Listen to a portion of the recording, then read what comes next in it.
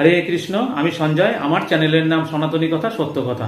তো আজকে আবার এসেছি আরেকটি নতুন তত্ত্বকথা নিয়ে। আজকের কাহিনী, সন্দীপন মুনির মধ্যে এমন কি জ্ঞান ছিল যার জন্য ভগবান শ্রীকৃষ্ণের গুরু হয়েছিল।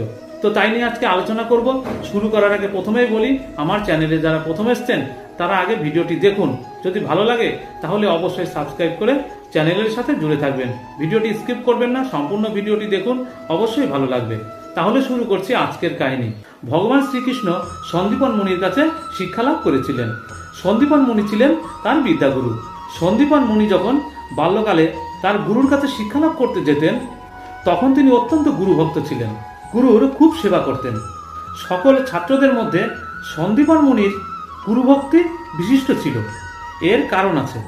একবার গুরু মহারাজ সন্দীপন মুনির গুরুভক্তির পরীক্ষা নেওয়ার জন্য একটি কথা ভাবলেন।